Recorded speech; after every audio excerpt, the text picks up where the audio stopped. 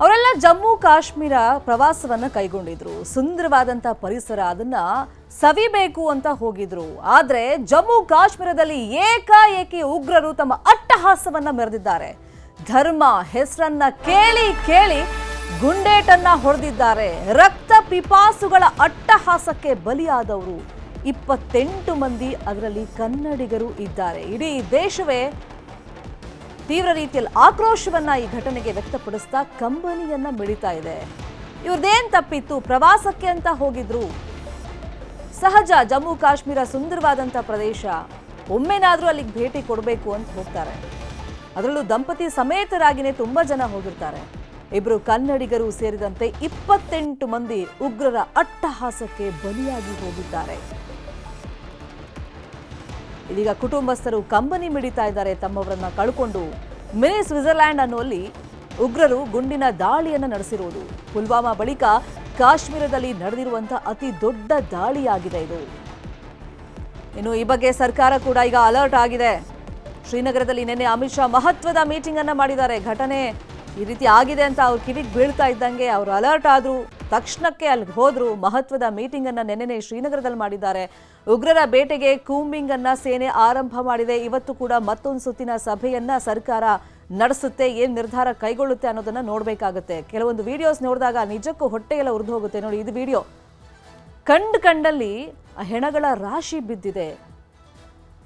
ಸಿಕ್ಕವ್ರ ಮೇಲೆ ಫೈರಿಂಗ್ ಮಾಡಿದ್ದಾರೆ ಉಗ್ರರು. ಅಲ್ಲಿ ಕೇಳಿದ್ದು ನಿನ್ನ ಹೆಸರೇನು, ನಿನ್ನ ಧರ್ಮ ಯಾವುದು ಅಷ್ಟೇ. ಉಗ್ರರ ಬೇಟೆಗೆ ಸೇನೆ ಈಗ ಕೂಂಬಿಂಗ್ ಅನ್ನ ಶುರು ಮಾಡಿದೆ.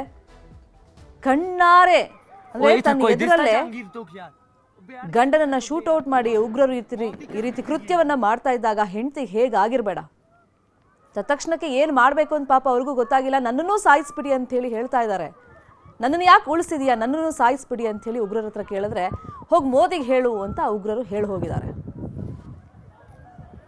अपने आप बोले ना मुझे क्या बोलते भेलपुरी खाली से मेरा पति साइड में था, एक इंसान आया उसने उसको गोली मार दी। यहाँ पे उसने बोला कि शायद मुस्लिम नहीं है, उसने उसको गोली मार दी। नहीं आप टेंशन मत लो। अब बेटा आप यहाँ पे रहो, हम साथ में।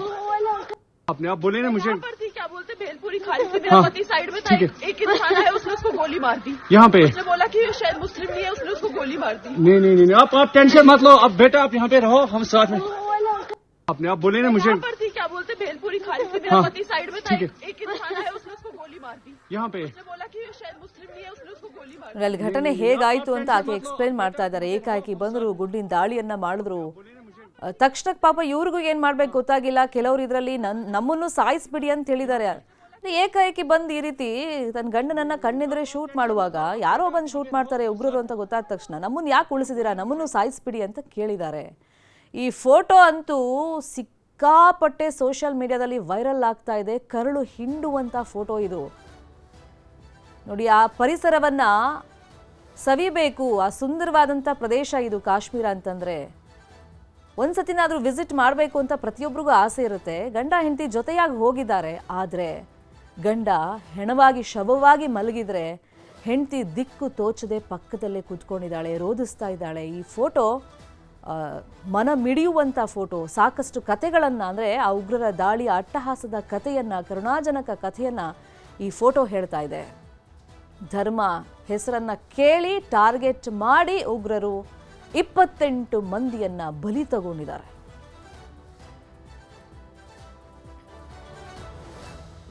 ಪ್ರವಾಸಕ್ಕೆ ಹೋದವರು ಸಹಜವಾಗಿ ಸಂಭ್ರಮದಲ್ಲಿರ್ತಾರೆ. ಅವ್ರ ಮೇಲೆ ಏಕಾಏಕಿ ಉಗ್ರರು ಬಂದು ಗುಂಡಿನ ದಾಳಿಯನ್ನ ಮಾಡಿದ್ದಾರೆ.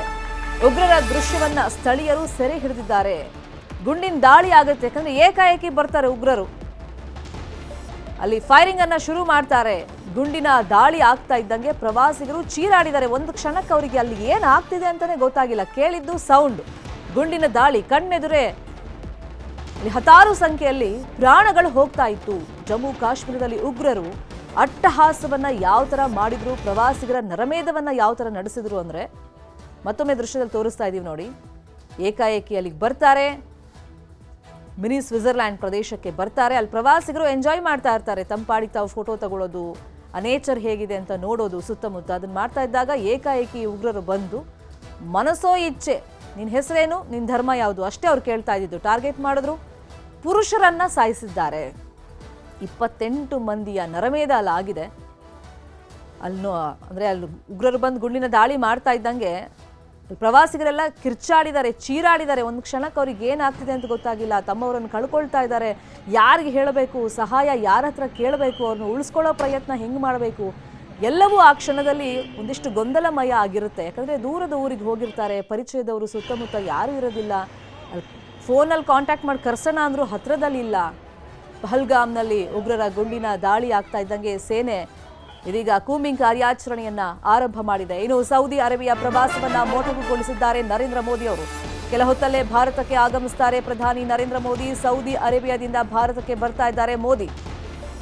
ಜಿದ್ದಾದಿಂದ ಪ್ರಧಾನಿ ನರೇಂದ್ರ ಮೋದಿ ಅವರು ವಾಪಸ್ ಬರ್ತಾ ಇದ್ದಾರೆ. ಅವರು ಬರ್ತಾ ಇದ್ದಂಗೆ ಹೈ ಲೆವೆಲ್ ಮೀಟಿಂಗ್ ಅನ್ನ ಸರ್ಕಾರ ಕೈಗೊಳ್ಳುತ್ತೆ. ಉಗ್ರರನ್ನ ಮಟ್ಟ ಹಾಕುವಂತ ನಿಟ್ಟಿನಲ್ಲಿ ಮತ್ತೊಂದು ಸುತ್ತಿನ ಮೀಟಿಂಗ್. ಯಾಕಂದ್ರೆ ನಿನ್ನೆ ಅಮಿತ್ ಶಾ ಮಹತ್ವದ ಮೀಟಿಂಗ್ ಅನ್ನ ಮಾಡಿದ್ರು. ಇವತ್ತು ಕೂಡ ಅವರು ಸರಣಿ ಸಭೆಗಳಲ್ಲಿ ಪಾಲ್ಗೊಳ್ತಾರೆ. ಕೂಂಬಿಂಗ್ ಕಾರ್ಯಾಚರಣೆ ಬಗ್ಗೆ, ಉಗ್ರರನ್ನ ಯಾವ ರೀತಿ ಸದೆ ಬಡಿಬೇಕು, ಮಟ್ಟ ಹಾಕಬೇಕು ಅನ್ನೋ ಕುರಿತಂತೆ ಉನ್ನತ ಅಧಿಕಾರಿಗಳ ಜೊತೆಯಲ್ಲಿ ಸಭೆಯನ್ನು ನಡೆಸ್ತಾರೆ.